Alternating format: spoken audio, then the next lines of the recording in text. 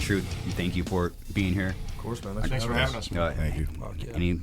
Any time you guys were in LA yesterday, so I keep seeing your band name just attack my face. You know, I'm just trying to go on Instagram, see cat videos, and I just keep seeing the band name pop up. Fuck yeah. It's cool. I was just talking with your bass player Zach. And I was at Guitar Center, which Guitar Center kind of sucks. Dude, yes. It does. I worked there for 5 years. That's how he, that's kind of how he got into, what would you say, that's how you, at least into touring? Yeah, I worked at Guitar, not to just cut in, but I worked there for 5 years, and I had a buddy from the East Coast that knew all of them who moved to Ohio, where I'm from. Yeah. And he kind of, introduced me to everyone I know now. Just from Guitar Center, I got connected to all, I've always been into hardcore, but, actually playing in bands and touring was because of that. It was the best thing it ever did for me. Everything else about it sucked. Wow. So is this basically just solely from networking standpoint? That's how you just. Yeah, essentially. He just had a band that had a show on the East Coast and needed to fill in, so I did it. Actually played bass, and then he knew our buddy Ridge, who plays in Painted Truth, who's not on this tour, and then all just kind of connected from there. Interesting. Yeah. Well, it networked me to your bass player too. It's crazy, yeah. Damn! Shout out Guitar Center. Yeah. I went there to get Fender tuners, which is the most basic fucking thing they should have, and they didn't have Fender tuners there. I'm like, wow, dude. Wow, it sucks, dude. You know when you do, because we're both playing New England Metal Hardcore Festival. And we flew in, so yeah, one of my tuners broke off. Yeah. I was, oh shit, classic. Worst case scenarios. And then I remember I walked in to Guitar Center, and when you just feel like you know somebody. Yeah. So I saw Zach. I'm like, oh, I feel like I should know him, but then I just continued my business, and then I bought these shitty ass tuners, and then outside I was gonna get an Uber, and. So you got a cable, right? Yeah, literally just an instrument cable. That was the only reason I usually wireless, but we had some bullshit, and then I was like, fuck, I don't have an instrument cable. So I was like, all right. Kind of need that. Wake up early and hit Guitar Center. That's literally the only reason I was there. I was like, well, okay, he's going to the festival, and something told me, which I will never do. Hey, I'm bringing an Uber. You want to ride or something? Yeah. I will never do that. But I guess we're going to the same place. Yeah, and then I just assumed you were going to the fest too. So I was just like, oh, I don't need an Uber. I got the rental car. You want to hop in, which I also literally never do at all. I prefer driving alone at all times. Yeah. Yeah, then when you told me what band you were in, I'm like, dude, I was like, holy shit, dude, sick. You're in Painted Truth, man. That's fucking dope. Dude, it was mad funny too, because obviously we didn't know each other, but I was just like, I know this dude's going to the fest, and you were just like, oh yeah, you playing a band? You playing today? I was like, oh yeah, I play this band called Painted Truth, and you started doing that, and I was just like, oh god, dude, what did I just get myself into? I don't know who you are. Oh, I thought I was a little fanboy or something. Yeah. And then it was so funny. I'm straight edge. I'm cool. And then you were so cool about everything. I was just like, so you going to the fest? You playing? You're like, yeah, I'm playing today. I'm like, oh, that's cool, man. What band? And you're just like, oh, just Suicide Silence. And then it immediately just flipped. And I was like, no fucking way. Are you fucking that band sucks. No, not at all. But it was awesome because even after that, then we just started talking about touring and the gym and meditation. It was just a very genuine conversation. Yeah. It wasn't just oh, that's cool. Anyway, it was, I don't know, the whole vibe shifted that day. Yeah, it was cool. Good, it ended up being a very cool day. Flying days are always tough. You're always kind of just tired as fuck because we're older. But yeah, it was a very eventful day. Yeah. It was awesome. A fucking dope show. Can we do a quick intro? Yeah, sure. So people can attach voices to the names. Definitely. Who's going first? Killer guy. Start that off, brother. I'm Nik. Hell yeah.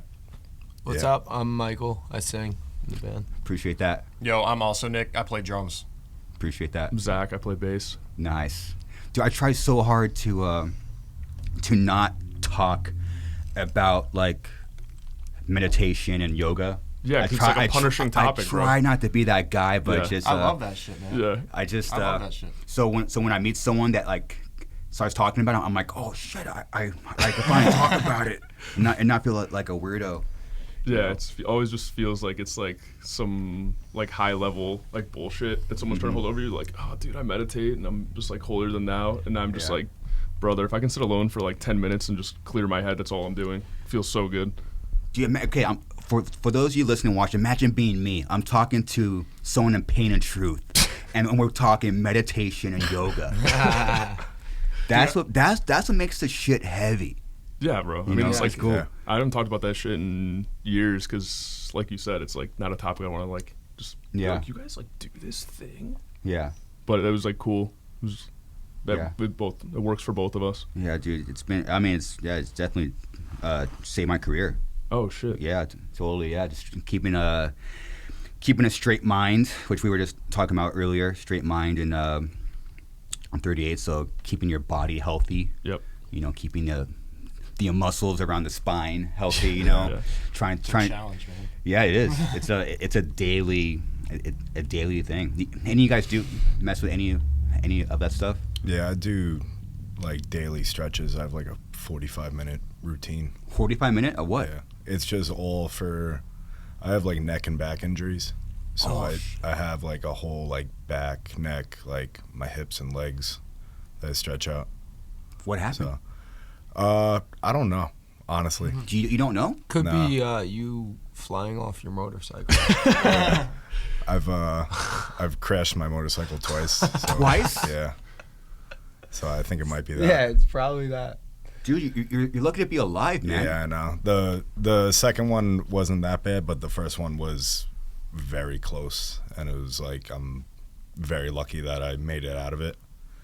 But did you have like a near death experience? Was it that bad? I wouldn't say it was that bad, but like I did fly off the bike going like I was probably going like 60 miles an hour. 60? Yeah. And I flew over my bars. I wrapped my leg around a street sign, and then I like tore my MCL, fractured my knee, and then I just slid on the ground for like 50 feet. Yeah. You say like it's just not a big deal. Yeah, I mean it was, but you know, it's obviously worse shit happens, and I'm lucky to be here still and still like functioning. Do you still ride a bike? Yeah. Man, people that ride bikes are just a different breed. Yeah. Man. It's insane. So after the first time, you're like, oh, it's fine. Yeah. And the second time, you're like, oh, it's fine. Yeah. Oh, my gosh, dude. That's why Pain and Truth is fucking heavy. You guys don't give a fuck. And when was this? That was almost 10 years ago. Almost 10 years ago. And you still feel it? Yeah, definitely. It's kind of scary. Once you mess with the back, it's kind of like it's pretty much there forever. Yeah. You're just learning to like maintain it. Yeah, you just got to figure out ways to kind of like alleviate it, I guess. You know, to just make it like, all right, it hurts, but like I can deal with it. Oh my you know? gosh, dude! And weren't you doing construction? Yeah. Fuck! Oh my gosh, dude! Yeah. I mean, I work with machinery, like I operate machines. Yeah. So it's like it's not super like labor. Sure. So I'm more kind of just sitting there playing with joysticks most of the time. But I was doing for a while like directional drilling where I was actually like moving shit around and like actually working. So that was like kind of hard, but it wasn't terrible. Yeah. It was like I was moving enough throughout the whole day that it was like your body like warmed up to it. Mm-hmm. But besides that, it hasn't, I mean, like it's affected my work a little bit, but not that much. And you would so you being a kid, you would take the train to shows, right? Yeah. And that's how you eventually met Michael, right? Yeah. But you guys have known each other for over 10 years. So did you already know him once he crashed? Yeah, I knew him already. Definitely. I went on your bike, remember, after AMA shot one time? Yeah. Definitely, probably neither of us should have been on it. No. We were fucking cruising on that thing. But it wasn't long after that. I remember being like, holy shit. Because I crashed. I mean, we met when I was like 14 or 15, right? Yeah. And then I crashed it when I was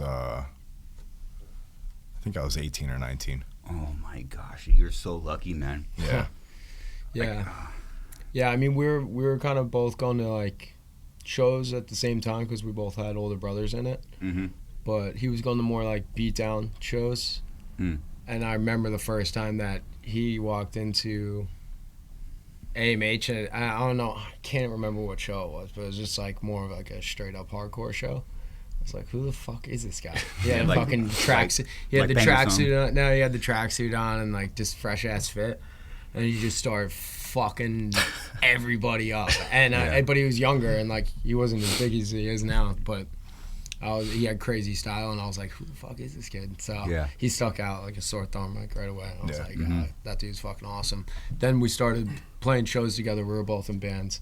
And then I made the link. I was like, oh, it's the same dude. And then, but we realized like we don't live too far, like apart, town over. It's like 5-minute drive down like one road. So. That's pretty close. Yeah, super close. So Nice. yeah. So you guys so basically you're based out of Long Island, but you're not actually in Long Island, correct? We're Me and both him on Long are. Island. Yeah. Okay, cool. Yeah, we're both on South Shore, Long Island. Like Nice. Right in like I would say like probably like Pretty much like central, the center of the yeah, island. like central South Shore. Nice. Yeah, right on the border in Nassau and Suffolk.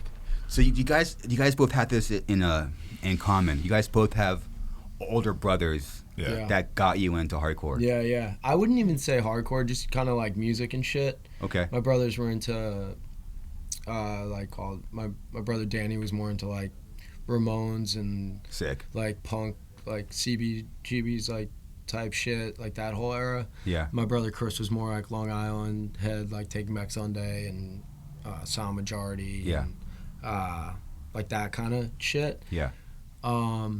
Then he got linked up with people that were doing more New York hardcore type shit. Mm. Like he always knew about it and he liked it, but it wasn't his center point. Mm. And then when I was exposed to that, I think even like my brothers were like, oh, like Michael loves this shit. Like, you know what I mean? So that was really like I connected definitely like the first hardcore show on like a floor, everyone moshing. I was like, oh, this is it. like I fucked with Green Day and Blink-182 and all that shit, but like go see them at like Jones Beach and there's like seats and shit. And I was like, it's not like the videos I was expecting. You know what I mean? Like, so the first time I was just like on a floor and everyone was like fucking each other up. I was like, like people are just climbing on each other. Like this is like what I was looking for. You know? Yeah. So the first shows you're going to were like Green Day shows. You're like, oh wait, you yeah. So like bigger shows. Yeah, concert. You know, which was epic too. It was cool shit, but not what I was expecting. Like from like watching videos of people like stage diving and more like crowd interaction type shit. Yeah, something happens to you when like you're like the first shows you go to are like concerts, I guess, like big shows, and then when you go to your first like you're in like a small club. Yeah. And you see, this is like a whole other thing. Yeah. I feel like it all comes back to that. You talk to like any bigger band, I mean, 100%, dude. Always comes back to that. You know. The first band I saw in a club was Carry On. Hell yeah. Oh, hell yeah. It was Carry On and Bang. Yeah. That's sick. I remember, So sick. and I went in there like an idiot. Like I wore like a jumpsuit and it had spikes like this fucking tall, and I didn't know what dancing was or nothing. Yeah. Nothing. So I kind of was like pretty close to the stage, and the moment they fucking started, the singer Carry On, which I always wanted to meet him, he took my fucking head and just fucking did that. I was like, it's just fucking like ingrained in my head. So I was fucking scared, man. Yeah. And I saw Bang, and then they were fucking sick, dude. Fuck yeah, dude. It was cool. Love those guys. Yeah, it just it's just ingrained in you. Yeah, for sure. You know? And to see how far you guys have taken it in such like a short amount of time. Yeah. You know? Yeah, it was just like I feel like the timing of COVID and everything. Mm-hmm. So I mean, we're all in different bands doing different shit, and it kind of just came to like a point where I feel like no one had anything going on. You know, I had the songs recorded already, and I think they were in like D standard for my previous band I was in, and I just tuned it down one night, like just to see what it sounded like, and it just sounded like Hatebreed, and I was like, this is fucking awesome. And so I started like just tracking them, like slowly. I sent them to my friend Lumpy to sing on it originally. He runs Days Records. That's like the record label we're So I sent it to him to sing on it, and he was like, dude, like, there's just too much going on right now, but these tracks are sick, whatever. So then COVID really hit, and I think he like must have revisited it or something, and he resent it to me. He was like, yo, I just listened to these instrumentals again, like, they're sick, you should sing on it. Like, you should try to sing on it and see what it sounds like. And didn't have anything going on, so I did it, sent it back to him. He was like, dude, this is awesome. Like, I think he put out, what did he put out? The Queensway record before that? Yeah, just it for was like like the the fuck of it. Queensway cassettes. He was just posting like hardcore clips of hardcore bands from like back in the day, like recent. It was just an Instagram page at first. Then he put out this band Queensway's record just to like fuck around a little bit and just see if he could put something out. And then this was like the second release. He was like, yo, like, I think we should just put this out and just like blow it up and try to just like make it dope. Because he heard it right away. He was like, yo, I think like this could be fucking awesome. And I was like, I mean, did he, do you think he heard something that you didn't hear? Not that I just never had been in a band that like really like people like overwhelmingly were like, oh yeah, this is sick. So I didn't know. I don't hear a difference from that or like a previous hardcore band I'm in. You know what I mean? Like, so I mean, I thought it was awesome, but I didn't. I mean, still we talk and we're like, this is fucked. Like, this is crazy. Yeah. Like So I think the timing was key. I think everyone was at home, looking at their phones, and if you like hardcore music, I mean, it's pretty straight up, you know?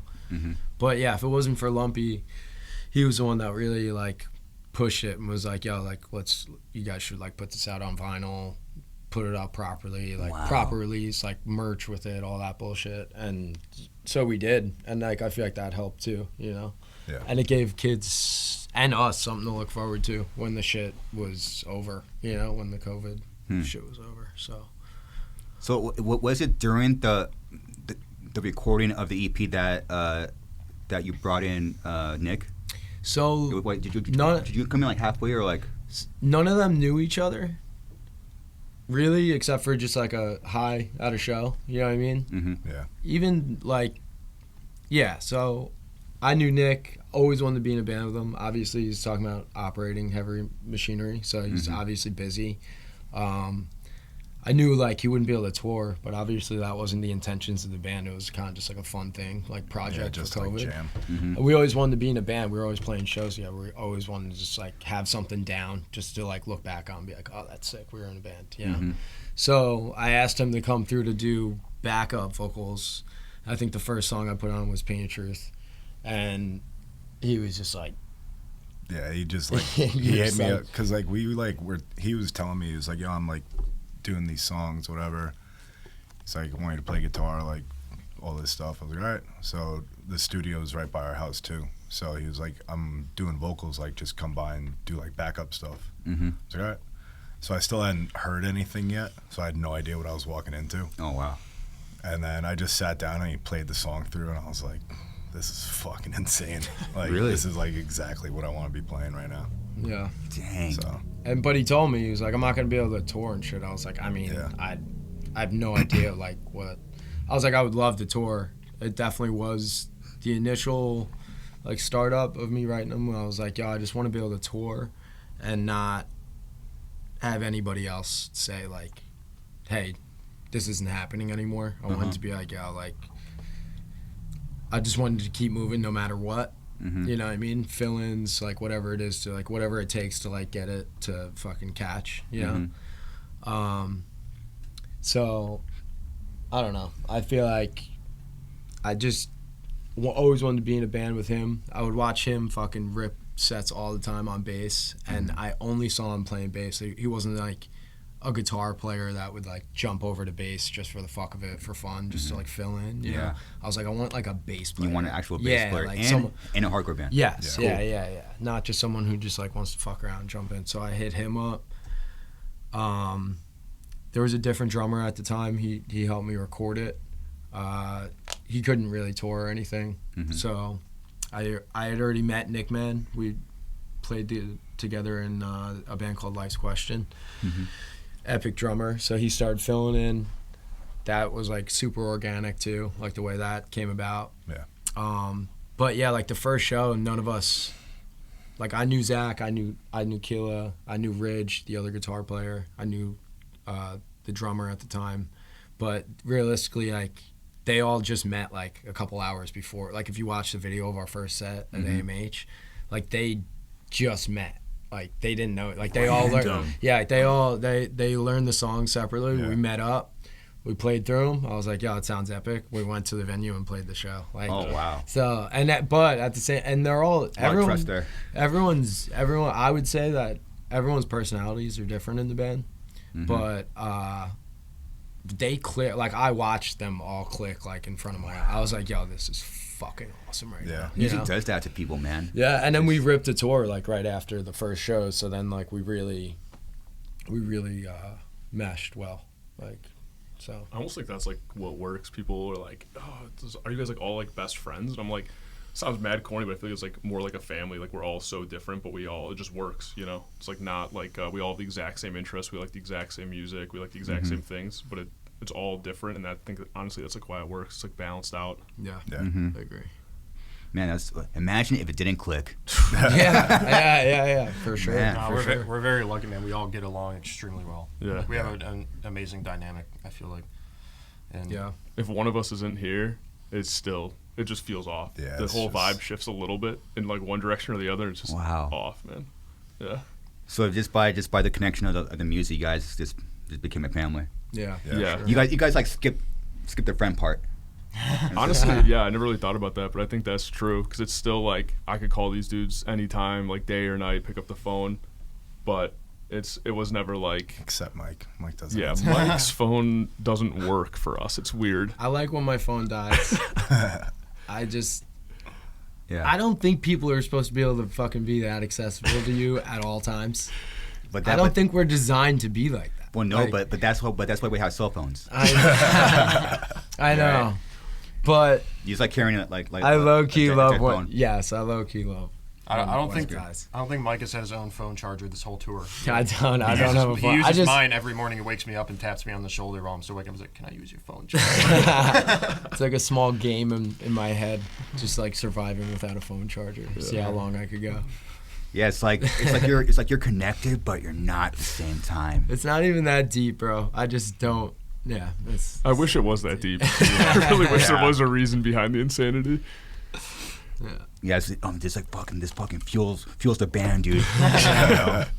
Nah, but yeah, man, I fucking love these dudes. They're awesome. Yeah. It's funny hearing you say you were planning on touring because I remember getting a text that was like, bro, we're just going to like open a few shows, maybe play like 3 shows and like that's going to be it for Paint a Truth. Yeah. Yeah. And I was like, I didn't know it. Yeah, Yeah, I mean, yeah. Even Ridge right now, like Ridge is a super busy guy. He's not here right now. He's playing guitar with Light's Question. But even when I first hit him up, like he was so psyched on the song. So he was like, dude, I want to be a part of this, but I'm just so busy. And I was like, yeah, I mean, we're not like, we all have different shit Yeah. going on right now. Like he's at work.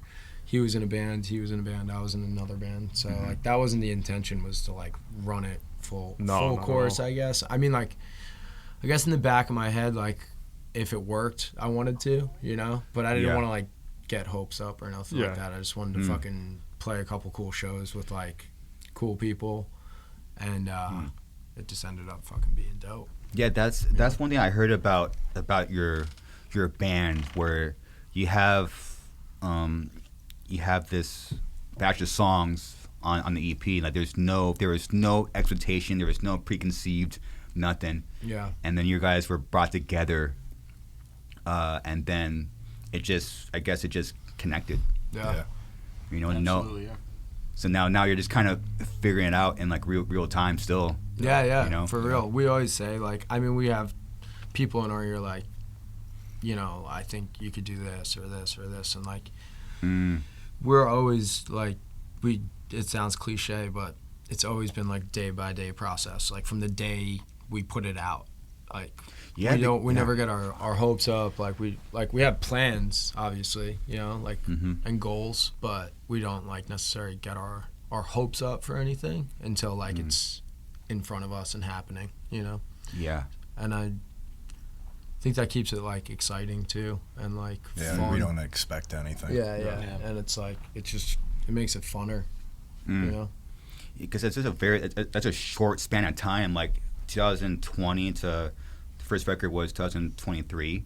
Yeah. And now we're in 2024. It takes years to like kind of grasp what the fuck your band's doing. Whenever I need music gear, I always go to sweetwater.com. If it's mics, headphones, or studio and recording gear, Sweetwater has you covered. Next time you need any music gear, support the podcast by using the link in the description and comment section below. Yeah, for sure. This tour is actually 3 years since we played our first show. Really? Yeah. It was October of 21 was our first show. It's crazy because it feels like we've done so much, like we've been a band for 10 years, but then it's only been 3, just because we've just toured as much as we could, and I think just try to get like the most out of it, and it's really cool to see like the progression over just 3 years. I think that's like another. See me in that video. Yeah, you fucking fatty. I was still drinking then, so I have an extra 40 or 50 pounds. Yeah, me too. Dude, once you start drinking, dude, like the weight just flies off, man. Once you stop, it's Both fucking of us insane, are fucking bro. huge in that video. It's fucked up. You look like a New York drinker for sure. Bro, I was 100%. throwing back gin and tonics all fucking day. Gin and tonic. Yeah, oh my Mike God. changed quick, man. It was insane. Yeah. It was awesome. Why'd you stop drinking? Stop? Yeah. I feel like I forget what show it was exactly, but it was out of state somewhere. And Chicago. Right. No, I mean that was like the day I thought yeah. about, but like I remember we played a show somewhere and we got paid and had the merch money, and at the time I was still kind of like doing that myself a little bit. So Yeah. I just remember having all this money and giving it to Killa, and we were both fucking trashed. Oh no. And we counted it and we were like, oh dude, that's crazy. And I remember just thinking like, the only way it's gonna last is if like we're just like, if not treat it like a business, because then it's not gonna be fun no more. But like, I guess like show it respect. Like you gotta like respect it. You know what I mean? And then like not take advantage of it. And like it's like, yo, like that's fucking crazy. Like I don't know. You know what I'm saying? And it just made more sense. It was like, yo, if I'm gonna send it and like quit my job and do all this like immature decision making, if there's like one thing that I can control and change, like, and I could do it, like I might as well just like change that part of my life and like it definitely helped. You know what I mean? I could just tell like, all right, if I cut that out, and I mean, every aspect of my life has gotten better since I cut it out. You know what I mean? So, including the band. And like the band just, not that it was operating bad before, but it just operates like smoother and organically more like a business without it feeling like a business, you know? And I wouldn't say it's all because I stopped drinking or because Killa stopped drinking, but it totally fucking helped, you know? And who knows, like, if we were drinking, like, what the past couple of years would have looked like what situations we would have got into, what we would have walked away from, what we wouldn't have walked away from, like, just bad shit. You know what I mean? I've only really seen bad shit come from it, from alcohol. So I don't knock it because I spent years partying, and, like, I don't necessarily regret it. Like, I had a lot of good times and shit, but and I'm not like super old or anything, so I don't want to come off like preachy. But yeah, like I spent years touring, partying super fucking hard, and now I've spent a few years not doing it. I mean, from personal experience, it's so much fucking better. Really? Yes. Yeah. Like just waking up, you know, Yeah. in the morning, you know, you just like you already feel tired. Like I woke up today and I was tired, and I think about it. I'm like, imagine I was fucking hungover right now. Like, how the fuck did I do that? And I'm only 30, so it's like, and I can't even, I literally could not even picture doing that now. Like, just that alone, just waking up. Like, and then just eating, like, eating habits and fucking working out or fucking playing the show, setting up for the show, like just fucking everything, man. It's just like it's like a dark cloud that hangs over your head. Even if you're having a good time, you know what I mean? It's still fucking shot. Yeah. But partying is awesome too at the same time. So that's the battle. But it's like, you know, if you could balance, if you could balance it out, like, you know, like I don't diss anyone, like look down on anyone for, you know, and respect when people could handle it, and you know, like not have it fucking really make a dent in their life, you know. So it's not like, not preachy, but personal experience, it definitely got better when we all stopped like partying as much, you know. So you had a moment. It was like I mean, if you want to be honest, I don't know, you might have to cut it because it has to do with drugs, but I took mushrooms and I'd taken them before, and like I didn't go into it on purpose like, oh, I want to take these to like stop drinking. I was just chilling, and I don't know what the fuck it was, man. Like literally out of no, like I think I went to go make a drink or something, and I was just looking at it, and I was just like, really, what the fuck is this shit, man? Like I think I literally poured a glass of water and looked at both, like, and was just like, I can't believe I just like put this in like in my body, you know? Like I wonder what it's doing like inside. And I just thought about it too hard, I think, and I thought I was tripping about it. And the next day I woke up, I think I went to a show at AMH and ordered a gin and tonic like I normally would, and it just fucking repulsed me, man. And that was the last drink I ordered, and it was cold turkey. But it wasn't even like it was a battle sometimes. Like there was little hints, like, you know, if I was like out or something, I'd be like, but it was pretty like clear line. Like I could remember the like point in time that I was like repulsed by it, and like I don't know, I just never drank again after that. Just fucked up. I also never really ate shrooms. I never really like abused mushrooms again after that either. Like I've probably like eaten a small amount like since then, but like I haven't, even since then, I haven't like just ate mushrooms for the fuck of it. Like gained, honestly, it sounds corny, but like kind of like a respect for that too. Like I was like, that's fucking crazy, because that was a big part of my life, was drinking. So for mushrooms to just fucking cut it out like that, I was like, damn, that's some powerful fucking shit. It awesome. Yeah, it was pretty gnarly. They people didn't even believe, like when I was telling them like, yeah, I'm not gonna drink no more. People were like, what the fuck? That's crazy. Because I was a fucking partier. Yeah. Know? What did like all the bands say, and like all like your friends and family say? Well, Killer's the man, because I was like, yo, I don't think I want to drink anymore. But it's so attached, which is so unhealthy with playing shows, you know, like partying, playing show. If you do that, like it's just so attached. So I was like, I can't imagine it's gonna be easy going on tour. It's one thing sitting at home and like, all right, yeah, I'm not gonna make a drink, whatever. But being on tour, like the energy and just the schedule and everything, like I was like, I wonder how that's gonna be. And he was just like, yo, I'll do it with you. Like it'll be easier. And he did, because he's fucking awesome. Yep. And he's the best guy in the whole world. Cool, and man. he did. Yeah. And I knew when he told me, because he doesn't fucking go back on his word. So I knew when he said it, I was like, he's not gonna fucking drink. And that probably helped too, honestly. So I won't give it all to the mushrooms. I'll give it to Killer Guy too, because he probably helped. But I still smoke an insane amount of weed, so something I gotta work on. And weed does help too. Yeah, I mean, there was definitely like the crutch, like, you know, I'd like roll a joint or something. If I was going out and everyone was drinking, I'd like always have a joint on me or something. Speak up. Smoke. Yeah. Yeah. I think it goes up to like 63 or something. 63 joints. Nick, was that hard for you? There was definitely, like, Mike had stopped drinking, I think it was like during the summer sometime, right? Like August or something like that. And then I didn't stop completely drinking until the following like December. But like I slowed down a lot, because it would be like every show we were drinking or touring, whatever. Yeah, it's like a part of like the thing. Yeah, it was like we were just always drinking. Fuck. And it was like, I was kind of like in the same mindset, like I just didn't feel as good when I was drinking. Yeah.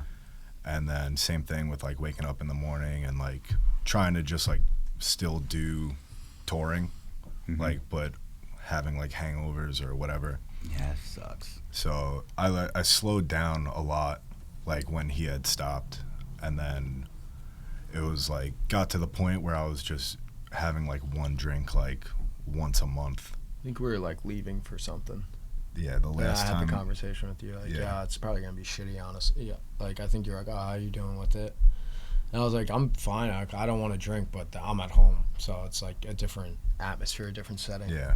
So I think that's when you're like, fuck it. I think I'm just gonna like. Yeah, I and haven't then- really been drinking. Yeah, I was like, I slowed down so much once he stopped, and then I just finally kicked it like a couple months later, and then now I've been sober almost 2 years. Congratulations, man. Thank you. It's a big deal. It's Yeah. cool. I mean, I feel great now. So, and obviously, like, we're just watching that video, like, I dropped so much weight just from not Yeah, drinking. It happens, dude. Yeah. The moment I stopped getting blacked out drunk all the time, just dropped like fucking like 30 pounds. Yeah. Just flew off. Like, oh, okay. Yeah, it's this fucked is up. this is nice. Yeah. You know. So does that explain your addiction to C4 or? I haven't had a C4 in like 5 months. What do you drink now? Just black Yeah, you coffee just and drink water. black coffee Yeah, and it's just water. like put as many shots into that as you can. Yeah. I forgot about that though. You did love that shit. Yeah, do Skittles, bro. I remember Skittles, picking you up. Skittles on. C4s Those things are hard to shit. stay away It's from like on the fucking road. Just cancer in a can, bro. all of the It energy is. drinks, So Rain, crazy. C4, Bang. I wouldn't drink that shit. They come in handy That's when crazy. you're driving at night, though. Yeah. Yeah. Energy drinks were my shit, especially the Skittles C4.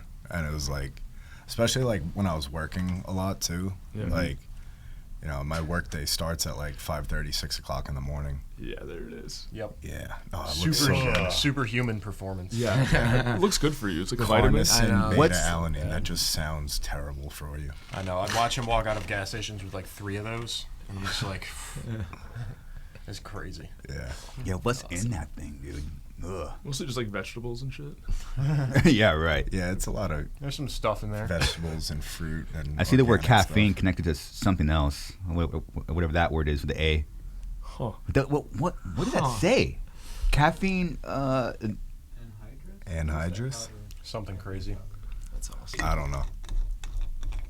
I want to try. I just saw this like a month ago. I want to try like a powdered caffeine. Oh, yeah. That's kind of I- scary. I just it looks like cocaine. So, someone had like caffeine gum last night. Caffeine gum? Yeah. Yeah, I've seen those in gas stations. Yeah, you can before. buy like caffeine pills at gas stations. Just take it like a capsule and get like 100 milligrams of caffeine. Yeah, I don't know why that just seems like it's so much worse for you. I'd And rather then I just just like rip walk it out with in. like a 5 hour and I'm just like, this is fine. This is good. Yeah. I tried a 5 hour once and it sucks ass. Bro, it's so bad, but that is like, I don't know. I stopped drinking, but Zins control my life. It's so bad. Oh yeah. It's so fucked up. It's horrible. It's really bad. Is that that's the negative? Oh yeah, Yeah. those. Man, I tried it once. I got like anxiety. It makes stung. your- It like stung my yeah. fucking The lip, dude taking pictures on Ugh. this tour came out. Me and Killer were working out. We both put his in, and Gabe's like, "Yo, can I try one?" We're like, "Yeah." And we give it to him, and then 10 minutes later, he sends me a picture, just throw up everywhere on the street. He was like, "Bro, that was." It's not the first story I've heard of that happening either. Yeah. Rudzi, Really? who Yeah. takes pictures for Speed, our buddy Josh gave him a Zin, and he threw up too. It's like usually if you give someone one that doesn't have like a nicotine tolerance, it'll just make you Well, what about the day you started, puke Mikey? your guts out. Yeah, well, I was addicted to the vape, like the nicotine vape. Is that what you're talking about? Yeah, and then well, I I threw think it we were out- in California too, and you started taking some Zins from Killa, and I Yeah. don't even think you were like spitting them out. Oh, when I swallowed it? Ugh, Well, no, fucking psycho, dude. I didn't do it on purpose. We started playing the set, and I was like, oh shit, I have a Zin, and that's crazy. Like mid set, you know. And then same song, I'm like looking for it in my mouth. I'm like, where the fuck did it go? Like, and it definitely didn't fly out. I definitely swallowed it because I just had an insane stomach ache that whole like next like 2 days. We had to pull over every fucking 20 minutes because I swallowed a fucking Zin. Fucked me up. Still love them though. I just quit these. I'm like 3 weeks off them. Yeah, right. Yeah, I am. They keep trying to get me to take them still. 3 weeks? 3 weeks. Are you counting the days or? I mean, I quit on a Monday, and it's been like every time Monday comes around, I'm just like, oh, it's like another week. So I'm just trying to not give back in. Touring is the hardest. I can do it at home, but on tour, everyone's got them. Yeah, It's you're- around me. Yeah, It's your just tough. willpower is Yeah. just. Oh gosh. Yeah. Yeah, that explains it. If you don't have like that nicotine tolerance, I put a Zyn in my lip. I was like, if I don't get it out of my mouth right now, I'm gonna throw up. I'm gonna puke right now. Yeah. It reminded me of the first Gotta time. be bad for you. Yeah. When I I stay was, positive like, about it though. It was the same thing when I was like 10 and my brother gave me like chew for the first time. Like, and I put that in and I threw up. So gross. Yeah, that stuff's nasty. It's just, there's a certain substance that will just affect someone so differently. It's always like shocking to me, like either weed or alcohol or nicotine or coffee. It just affects people so differently, man. Yeah, it's very true. Yeah. Like, cigarettes are so like addicting, and I could smoke a cigarette. I'll probably smoke like once a month or something. It's just there's no desire. Yeah, I never got into to, cigarettes. I never really smoked cigarettes. I just I started smoking weed, and then I don't know. I just never really saw the like I tried them. Like even when I was drinking, I didn't really like them.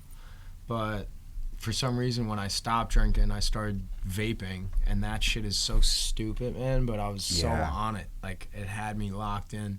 We were on tour with Kubicon, and I threw it out the window. I was like, "Fuck this! I'm not hitting it no more." Nice, threw it out the window. And then like, let's go. But then like 10 minutes went by, and I was like, "Bro, why did I fucking do that?" I was freaking out. And they were already on the Zins, and they tried to give me one. I was like, I don't fucking like those things because I put one in once. It felt insane, and I took it out. Yeah. But I ripped one because I needed nicotine because it was fucked from the vapes. And then the next gas station we stopped at, I got a fucking tin, and now they're just control my whole. Those shit things now. are way worse though. The vapes. I hope I'm. What are you, a doctor? No, I mean like they're just to me they're more addicting. Oh like, yeah. I had one and I did the same thing. I wanted to get rid of it, and I'm the kind of dude who I was so addicted to it I would throw it away and then go back and get it. Yeah. But like, so I'm like, I'm not doing that. I ran it underwater so it wouldn't work, and I threw it away. And then like 10 minutes later, I smell something, and it's just like on fire in my trash can. Like I like shorted the battery or something. It was just smoking, and I was like, all right, well, I'm definitely not using that. I remember again. being at the airport and like being like, "Yo, film this. I'm throwing it out." And I'm like, "All right, I'm filming it." And you're like waving goodbye to it, throwing it in the trash. Next day, just send me a picture with a brand new. Try. It was just dead. You tried. I'm done with this shit. Yeah. You know what? Go and buy a new one. Yeah, that's the tough thing about having any kind of bad habit. Like you need to replace it with something. Yeah. You know, so it's tough, man. It's tough to get over something. Sit here just ripping this joint. It's fun. I like weed. Oh, do you smoke weed or? Yeah, more like a casual smoker. Okay, I got you. I smoke for I get some people call it paranoid, but I call it it makes you think about shit. Yeah. Do you want this? Yeah. Do you want to think? Honestly, I would, but to be honest, I am a little hungover. Okay. And that might make me Fair puke. enough. Honest answer. Respect. Honest answer. It might make me puke. But like last time we had a show. Where was that? It was the Mayhem Festival. Oh fuck Sick. yeah. That That's last probably fucked up. that was last night. That's Fuck awesome. Yeah. Yeah, it was a lot of fun. They fucking cut the power out of I heard our you last saying that earlier. our last song, but it was fun. You said they kept singing. Yeah, Fuck it. it was kind of like It's a added to the fucking show anyway. yeah. It just kind of couldn't have been any better. It was like it was planned in like some weird way. That's awesome. So like it's kind of like this moment just kind of built up. It was cool. Yeah, that's fucking awesome. Good for you guys. So I'm still in a point in my life where I do connect alcohol with playing the show. Yeah, Yeah. totally. I Yeah. mean, I feel like a lot of people do. You know what I mean?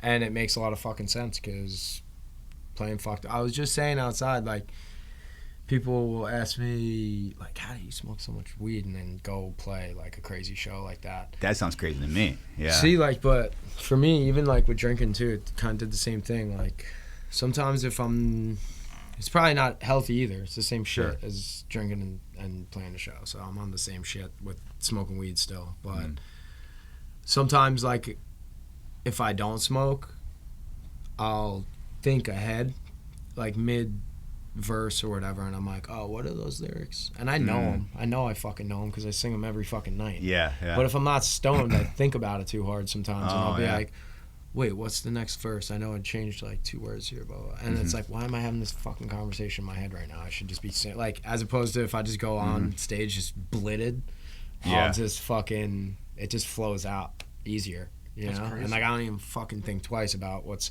about to happen in 20 seconds. I'm just like in what's happening, you know? Yeah.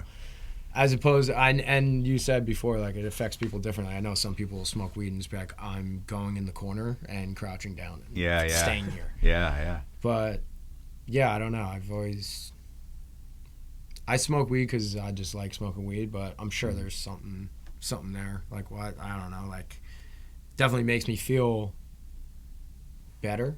I don't know. Like, it just makes me feel, like, more social and, like, get my points across. Nice. Unless I just am out here in California and we just get a stupid amount of weed. Oh, just yeah. smoke stupid amount. This is where this is. And I'm just fried. Even in Arizona, I had to ask him, like, end of the set. I'm, like, ringing out. We're about to play some fucked up breakdown. Like, yo, we're from Long Island, but you got to represent because right now we're in. And I'm like, I know it's just like Arizona. Where the fuck are we? And I had to go over to Kill him. Like, where are you? It's like, where are we? He was like, Arizona. I was like, Arizona. I think I heard you talking about when you write lyrics, you don't second guess yourself. Correct? Yeah, like for the most part. Like, Wait, so is it like the first thing that pops in your head and then and that's just it? What's no, I wouldn't go that far, but I don't know. Sometimes, like, there's certain songs that I definitely just wrote, like, and just like kind of like more of the story ones are easier for me to write about. Rather than like a subject or something. Like if I have something that like happened directly and there's like a beginning and end, it's easier for me to just like get the point across because I know the story already and I know what I want to say next, you know, as opposed to maybe like writing about like a subject of something that's like that you're mad about or that's like happening in the world or something. Like kind of have to just like piece shit together. But if you're writing like a personal story, I feel like it's easier to just like for it to just flow out because you're like one probably emotional about it because it's like direct and it's like personal, but also you just know what the beginning and the end like is. a timeline. Yeah, like you know the timeline of it and like so like Actin Up, I just wrote that shit. Like we wrote it in the studio, me and Killa. I was on the kit and he was on the guitar, stoned as shit, and we wrote the instrumental. And I was like, we have to put this on the record, and he was like, it's not a song. It's like literally the day we landed like, there. it's not a song. Yeah, we got there like 10 o'clock at night, and we didn't start recording till the next day. And we stayed, like there was like a loft in the studio that we recorded at. Yeah. So we were staying there, and he was just like, yo, let's just go in there and jam. Well, first of all, it's like an occasion if he like has a full smoke session with us. Like he'll hit it sometimes, but if it was only me and him flew in first together. Yeah. So it was just us in this little fucking space. And I was like, fuck, I should have brought weed. And a couple months before, I had rolled a bunch of joints and put them in these like tubes for like a fest we played. And like they had Painted True stickers on them and shit. So it was like dope. Painted True joints. That's it. And I brought the same jacket from that fest, like just on a whim. Yeah. So when I was like going through my bag, like these 2 joints just fell out in the tubes, and I was like, dude. So we just sat up there and watched like Step Brothers or something, just fucking smoked these 2 joints. So I looked at him, I was like, yo, I wonder if Andy would be cool with us jamming, because everything was set up. But at this And I was point, like, it's it'd be like sick. 1 o'clock in the morning. Yeah, I was like, it would be sick to just jam. I don't know, like good vibes, you know what I mean? Yeah. Cool shit Yeah. happens. So I texted Andy, who recorded us, and I was like, is there like a time frame that like we can't be in the live room? And he's like, no. He's like, you're in like an industrial area. There's no neighbors, so do whatever you want. So we go in there and we set everything up, and then Actin Up happened. Yeah, we just fucking wrote Actin Up, and then It was like just first try improv. That's why like after the intro of the song, it's just a ring out, and then like just drums start. Because we just looked at each other, we like rang out on the part, and I just started playing like a beat, and then he was just looking at me and just. Really? Yeah. Kept you. And then I stopped it, and I was like, "Yo, that's the whole song. We just need a fucking." I think I was literally like, "We just need like a." Yeah, we stopped after like a the hard second part? the second verse, and you're like, "Yo, just bring back Bring the that shit back first right now. chorus." Yeah, bring that shit back right now. Dude, I remember we had finished recording all the other songs that we brought, and we ordered food and we ate banchan, these chicken wings. We ate so much food and we were like done, checked out. And I went up to Mike, I'm like, oh yeah, you guys wrote that song. We should probably just track it just because like it's awesome so we can have it. And they're like, yeah, we should. And it was the very last thing we did and it ended up being the first single we put out and like the biggest single from the record. Yeah. And those two just wrote it in however long. Probably literally less than a minute. It was crazy. So insane. I already heard the verse in it, like the harder part. Like when he started playing the first, like the bouncy part. I was like, yo, all you have to do is just go into a hard part right there, and then we could just go back into the bouncy thing, and then just do the hard thing one more time, and that's the whole fucking song. And he was like, nah. And I was like, yes. It could be that fucking simple. Sometimes. Yeah. Yeah, I want to hear the ring out. Hey, Yeah. Jay, crank this for like 10 seconds.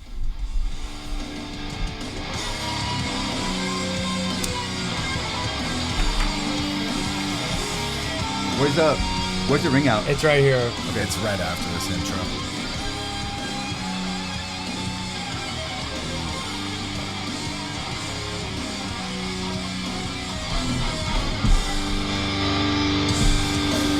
Oh, sick! Yeah, that hits.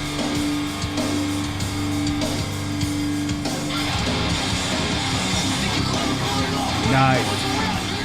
Yeah, that's cool. That's cool. Yeah, and like that song. You kept the ring out. Yeah, because it just like we rung out and he was just like, just started playing a part. We're just staring at each other like, All right. what are we doing? Yeah. That's the best when we're just like looking at like each other. Yeah. Okay, Trying to vibe it out. Yeah. Yeah, for sure. And then the lyrics, the same thing. Like they just felt like that shit just flowed out. Like, Wow. because we recorded it probably like within the next 2 days. I was like, I gotta write fucking lyrics for this shit now. And I was writing them like in the room, like recording it. Like, it was pretty fucked up. Yeah. Yeah. Did you do you write lyrics when you're smoking, Yeah. or like half and half, or like what? Yeah. I probably was thinking about it. I was probably fucking drunk when I wrote the lyrics for like, which kind of sucks, but it's kind of awesome because I wrote like portions of like the older songs about like trying to stop drinking and shit. Wow. So Wow. So like just little like parts like, yeah, there's lines like, I've been scratching out these walls, I'm beat up, I'm tired, I'm still in the same spot. Like every time I sing that, I'm like last night at 1720, the first time we played 1720, fucking epic show. Wouldn't change anything about it, but I was fucking trashed. Yeah. And it was, and like that was our first set that we were like had like a really overwhelming reaction where we were like, holy shit, that was really crazy. So to play there last night, and then like I was saying those words, and I was like, that's fucking awesome. Yeah. It's not like, On the other side of yes, it. yeah, Yeah. like on the other side. But yeah, I was probably fucked up when I wrote a lot of the lyrics for like the EP, honestly, and like the split songs with Age of Apocalypse. Yeah. Dude, I mean, it's Actually, you know what? Scratch out the split songs. I was straight headed for sure when I wrote those. Yeah, I like that shit. But yeah, I'll definitely smoke weed and write lyrics. I like writing lyrics on the plane, like when we're like flying somewhere. yeah. It's cool. Like if I have like demos or something, like I'll just, cause I'm just locked in. There's nowhere I could go. Yeah. And it makes time go by and fucking all that bullshit. But I feel like I could just listen to like the song over and over again. It's just like same setting. And it's just easy to get in the mood. It's kind of like you're writing a song to yourself, Yeah. trying to help yourself like quit. Oh yeah. That's crazy. Originally, yeah, and then That's like even crazy. like the opening track on like the newer record, I was already like not getting fucked up like that anymore. Like Lifeless on the Ground, like I wrote about like when you stop drinking, like you see a lot of people, like you see people change too, because the same people don't want to hang around you no more because you're not getting fucked up, or like, Oh, wow. you know, I'm sure I changed a bit. You know, I'm sure I'm Sure. probably a little less crazy or Sure. whatever fun, but Yeah, I wrote that about just getting people just dying from partying, you know? I mean, I'm from Long Island. I mean, that shit's everywhere, but yeah. I mean, I was partying pretty hard too. So yeah, it's crazy to play that song too. And people, like last night, a lot of people fucking reacting, like a lot of interaction with that song, and it's like, that's fucking dope. That's a trip, man. Probably helps me too. Like, you know what I mean? I'm sure that shit helps me too. I've told people that. Like people come up, yo, your music helped me, and it's like a kid I seen in the front row getting fucking dove on all night and fucking punched and shit. Yeah. I'm like, nah, dude, you don't even fucking know. It's the same shit. It goes back and forth. Well, dude, congrats on the record, man. So Yeah. it sounds like Thank you, man. you guys got a straight head, and I'm pretty sure it's a big deal for a band like you guys being like a hardcore band and getting Freddy from Madball, like a total OG legend, so to get like the nod. Yeah. It's fucking Totally. cool, man. It's fucking dope. Yeah, And that congrats shit on that. was fucking insane for sure. I couldn't That's even a believe that Good shit. story with the lyrics. Yeah, I mean, what do you mean? I was with you, and you were like, "Yo, Freddie said he was down to do the song," and we were both just like, "Dude, this We're is in the crazy." studio We're now. in the studio, Yeah, we're in the studio because we were about to do a weekend with them, and that song was just so Hold It Down era, like Madball. And I was like, I can't stop hearing Freddie's voice on this in my head. That's like the best time to put him in. Yeah, That's the like best. when I would listen to it, I'd be like, I just can't stop hearing Freddie at this part. And me and him had just started texting each other because we were doing a weekend together, like in the coming months, maybe like 1 or 2 months out. Yeah, it was like a month later. So when we were in the studio, I'm literally listening to the song, and he had just given me his number, and he just texted me the first time, like, yo, what's up? And I'm listening to like the song, like for the first time, like tracked, you know, like no vocals yet or anything, but like we're in like listening to it with Andy. I'm like, yo, what's up? I'm literally listening to this Painted True song right now that I cannot stop hearing your voice on it. Like, can I send it to you and see if you fuck with it? Yeah. Yeah, I sent it to him, and he was immediately just like, yeah, that's fucking awesome, dude. I'm fucking down. He was like, I'm going to change the lyrics, and then texted me back like 2 minutes later. He was like, never mind, this is fucking awesome. I'm just going to sing them. That was what was And so he just cool. kept, and he was like, yo, I'm vibing with the lyrics. Like, I'm down to use them. So he just used my lyrics, and he tracked it quick, too. Like, he got it done really quick. He was a fucking man about it. That was some shit when it felt like we were like both like 15 listening to Madball for the first time or some shit, and you were just like, bro. Yeah. He wanted to write his own lyrics. He's just gonna use mine. And we were both just like, this is gonna be special for sure. That is very special. Yeah. You know, OGs, man. Yeah, That Madball, the Anoxic Front, Yeah. Yeah. just legends, dude. Godfathers. Yeah, dude. You know? Literally Straight up. Godfathers.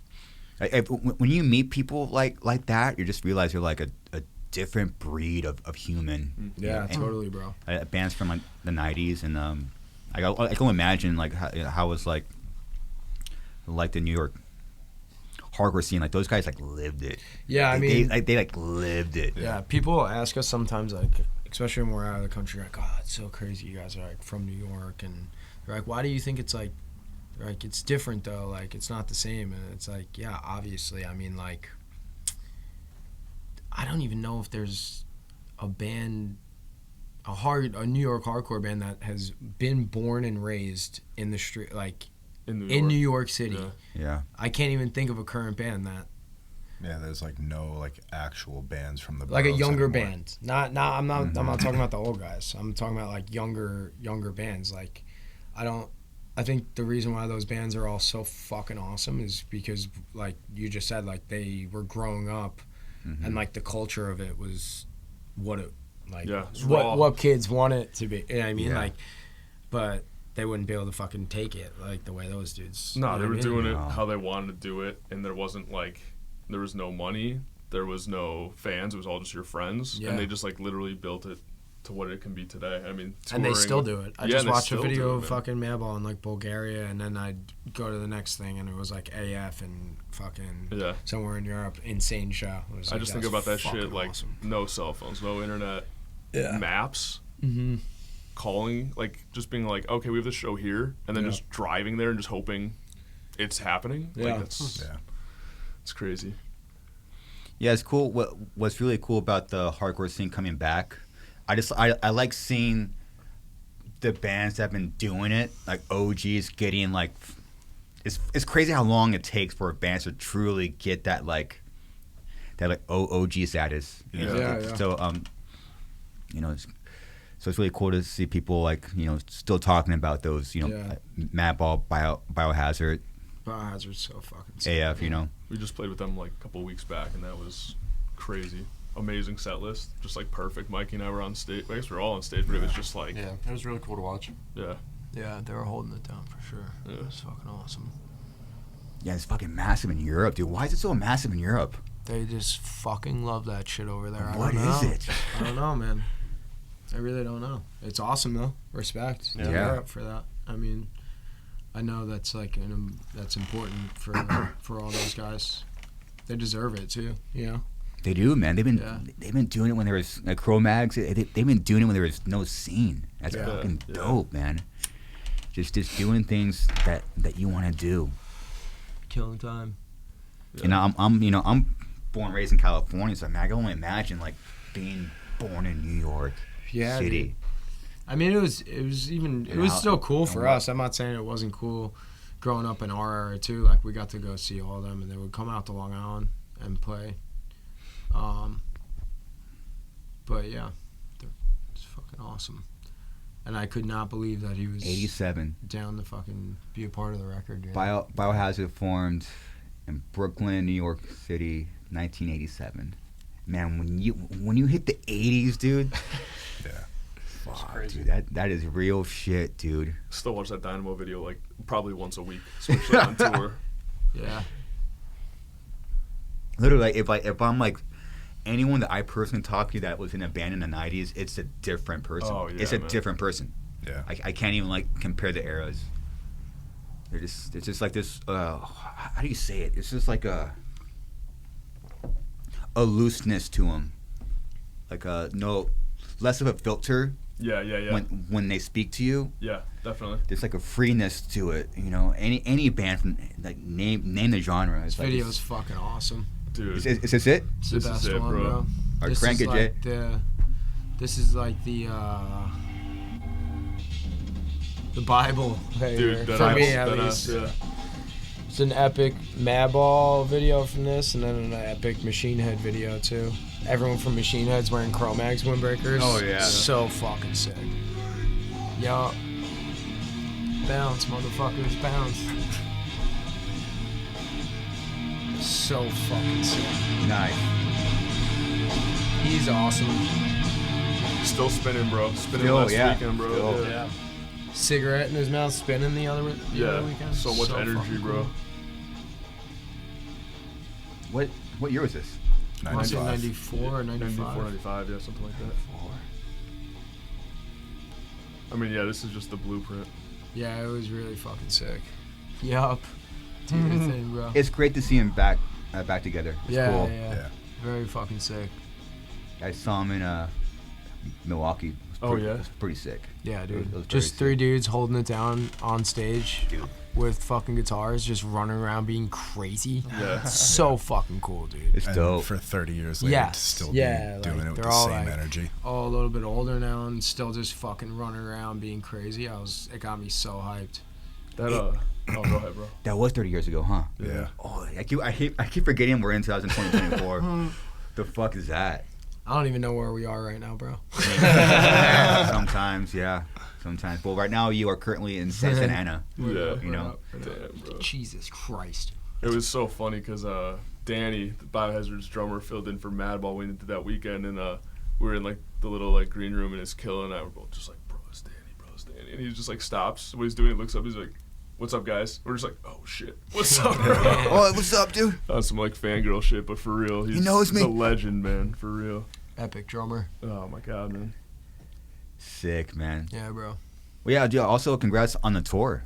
Thank You guys, Yeah. what is it a co-headliner with Dying Wish? Yeah. Yeah. Nice. Yeah, so we're just like switching off. Their last record is fucking sick. Yeah. Yeah. Epic Yeah, band. they're They're awesome. also Great fucking people. cool. Yeah.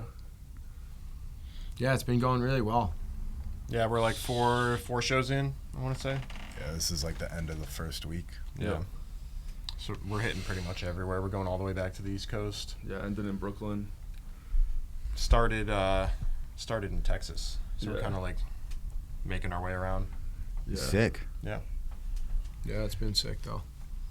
Did you guys handpick the all these bands? Yeah, it was like mainly we definitely made a list for it, but it was mainly lumpy from I've days. never seen a flyer like this ever. Dude, honestly, me neither. I think it's pretty Interesting. I think it's pretty cool though. I think it was like a swipe one, so like there was like 2 to it, Yeah. and yeah, I think it's cool. I think it throws respect on all like the younger bands too. Yeah. You know what I mean? We hate that shit when there's like 15 bands on a full US with like different symbols and shit. It's like, Oh, yeah, bro, it's I true. don't know who's Yeah, coming it's where. just too confusing. But this is just like, Yeah. I don't know. I don't even know who made this, to be honest, but It yeah, looks it's awesome. Really? fucking awesome. Yeah, well, It's it fucking looks sick though. it looks When awesome. I saw it, I was like, damn, I could actually like understand. I think that's probably the easiest and best way to differentiate between like what band is playing which day Yeah. on the tour. It's just so clean and easy to read. Yeah. That's pretty cool. clean, man. Yeah. It's weird.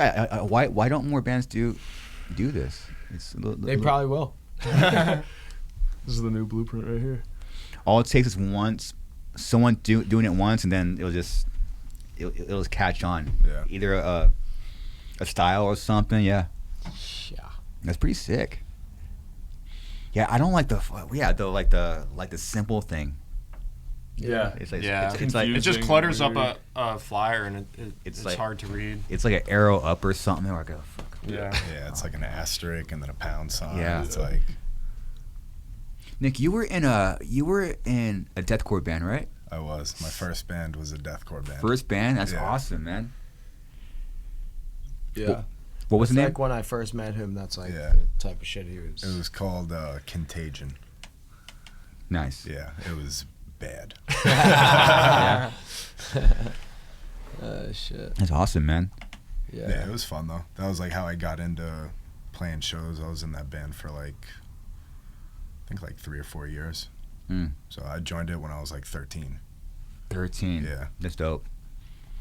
Yeah. That's around the time I started playing. Playing the bowling alley. Yeah, played in bowling alleys. I played the VFWs. Moose Lodge. I played the local Moose Lodge on team night. We'd be the only hardcore band there. And it's crazy because our booking agent now was at my first show, like when I was 12 or 13. Yeah. Mm. It was like a teen night, and we pulled up and just played like a Madball cover and like 3 hardcore songs. Of course.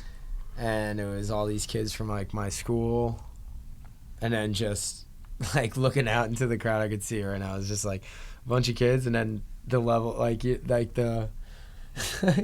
you just seen like a group of like Sick hardcore logo. dudes just fucking chilling in the back, and one of them was Jake, and he's our booking agent now. Nice. Our guy Jake Zimmerman.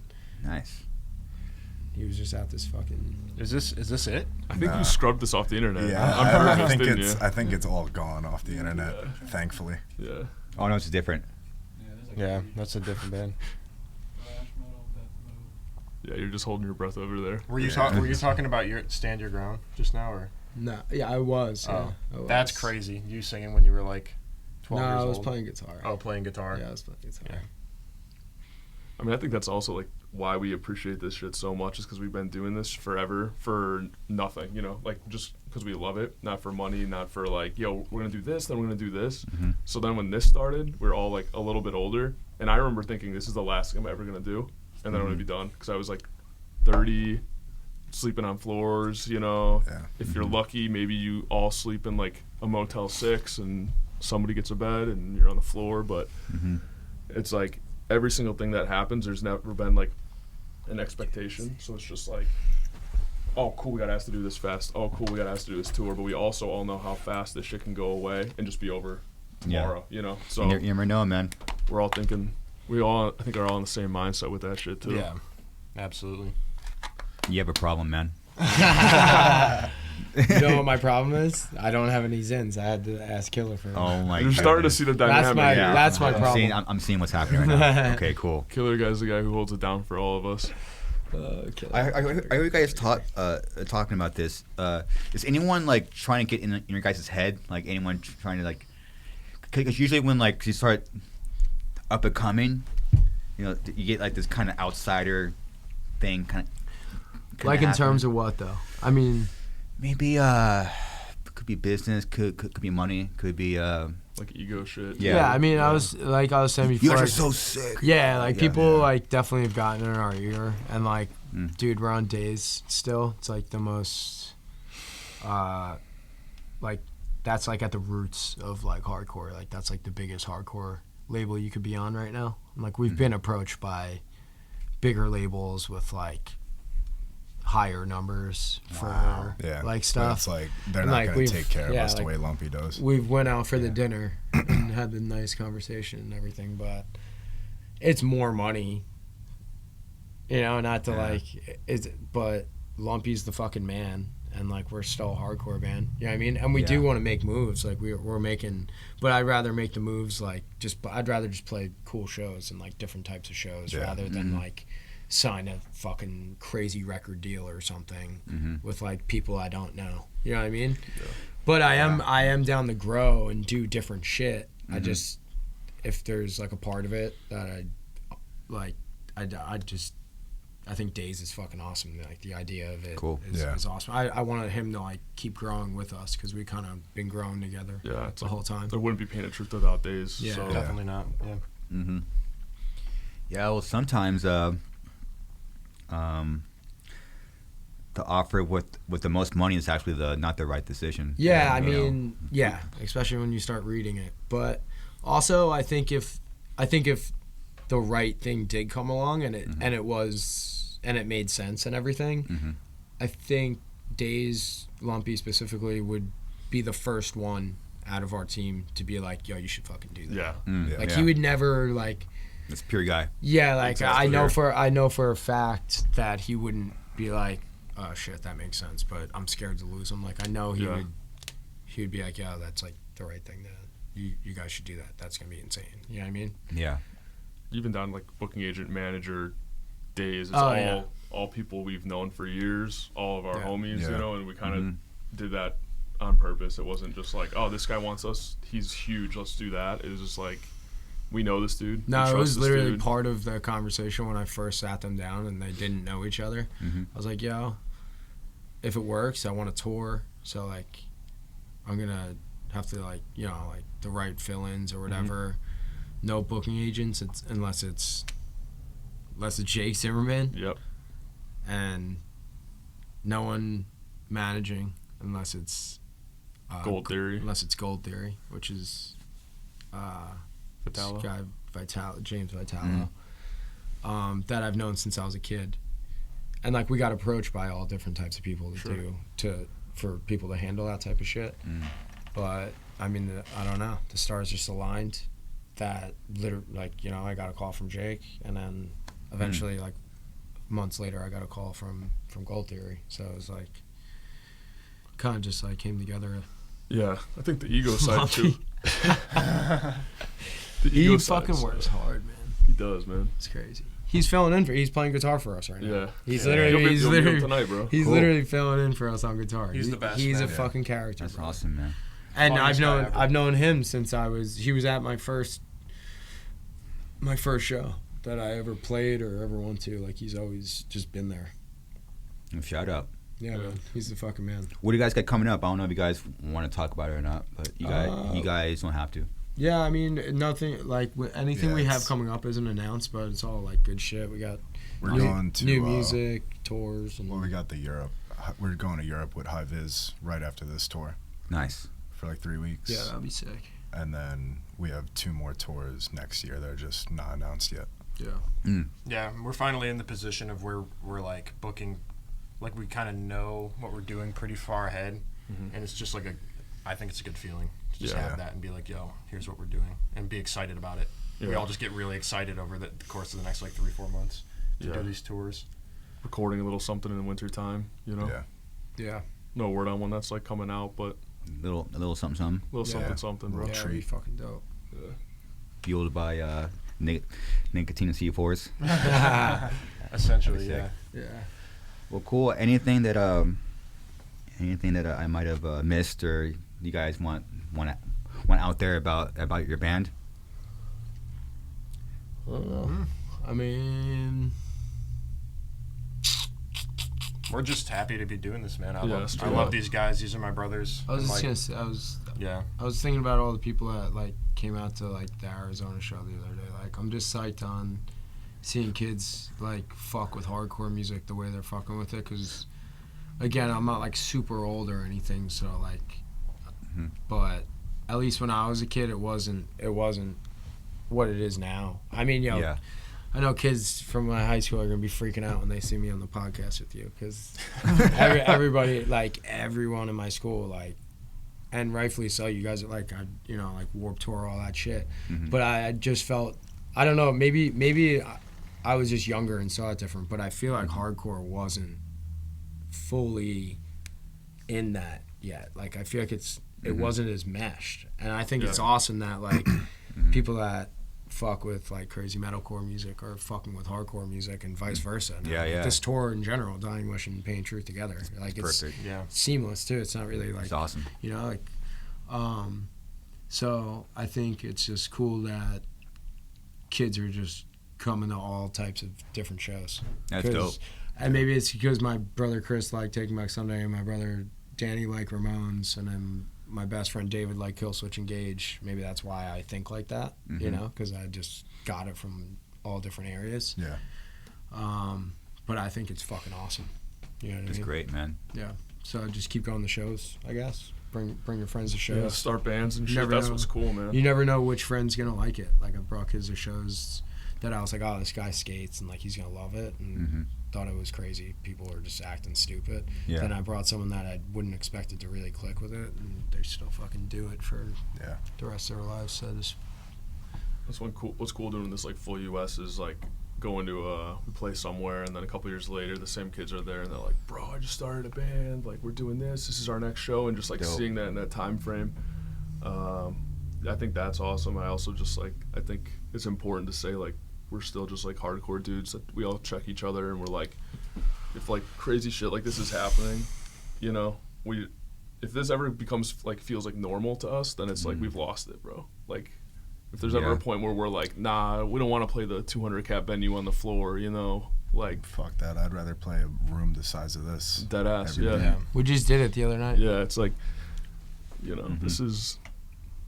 Yeah, well, it sounds like you guys made quite a few important decisions from your character and integrity. So it's cool. It's cool to see, and it makes a lot of sense why people are resonating with your band, and people like me are just seeing it constantly. Like I was telling you, oh shit, I keep seeing your band. Holy shit. It's awesome, because you know what? We don't fucking pay extra money for shit to be popping up or anything like that. So it's That's cool, probably man. just from people sharing it and shit. Yeah, So respect dope. to anyone who's doing that shit too, because that's definitely helped a lot. So Yeah, man. there's a bunch of like A Day to Remember edits that our friend Dog Pound did. They're all like on our Instagram and shit. I think you might have played them before. There's like a whole like Yeah, there's one right that there. video right there, Killer playing. That's like Yeah. a video he did for Actin Up. It's all like analog, no digital VHS Sick. shit. Yeah, he's epic. Let's go. This guy, Respect to, dude, he yeah, came- respect to Dog Pound. He came He's to awesome. a show we played in North Carolina, I think, and just filmed it and just tagged us in the video. And It was a couple of shows, dude. Oh, There yeah. was Couple I saw fests and him shit. at like a couple. This dude would just be in the cut, record us, not like blow our shit up or anything. Be like, oh, I fucking came all the way down here, blah blah blah. Like, not trying to get money or anything. And he would come to the show, not say a word, and then like a week later would just send us like an insane edit. Yeah. And I was like, what the fuck? This And is it's like, all on like a. it just tape, looks like too. some It's like real Beavis tape. and Butthead like music Wow. video shit, And like. Yeah, it looks- And I was like, who the fuck is this guy? So then I caught him somewhere, and I was like, dude, you're fucking awesome. Like, Yeah. he's like, oh, I just like fucking around doing this. And then we played a show up in Philadelphia, and this band from Florida pulled up, and he comes stumbling out of the van, and I was like, dude, that's crazy. And like, I don't know the logistics of it, but I doubt there was a lot of money there. So I think he was just doing it because he fucks with it, And I was like, yo, I fuck with Like that. it. And the A Day to Remember tour was probably like the biggest tour that we've done, and like I was playing like arenas and shit. And I was That's like, crazy. That's crazy. and someone was like, oh, man. yo, we should have a media guy. Like, who should we ask? And I was like, Danny from Dog Pound. Yeah, yeah. Put him on hard, you know what I mean? Like, he's toured and everything with, like, Angel Dust now, and, like, prior to this, but I just knew he would be psyched to, like, do an arena shit, and, like, he'd just be psyched to be there, so we put him on. Oh my god! Shout out, they don't remember for that pyro. Yeah, shout out to Did Remember for the pyro for real, because That's cool, man. They were so cool about it. Nick asked them as a joke on the first night. Jeremy came up to us and was like, "If you guys need anything at all, just let me know." And he was like, "Can we use your fire?" He just straight up said no. He was like, "No," and we're like, "Yeah, I mean, of course." Like, we were just joking. But then the last night, they surprised us with it, and our minds were just like blown. We never thought we'd be able to do something like that. Yeah. That's dope. Let alone you playing those rooms. That's dope, man. Pretty Cool. sick. Yeah. Well, dudes, I really appreciate your time. Hell yeah. Thank you, man. Thank Thanks for you, having us. man. Fuck Anytime, yeah. I'm honored. I'm honored to hang out with you guys, and thank you for showing me some new tunes. It's Yeah, cool, course, man. bro. Fuck yeah. Cool. Well, check them out on tour. Check out the record, and check out what they're doing in the future. Fuck yeah. You guys are sick. I appreciate Appreciate it. you, brother. Anytime, Thank you. thanks. You're fucking awesome, All right, man. everyone. That's it. Later. Peace. Peace.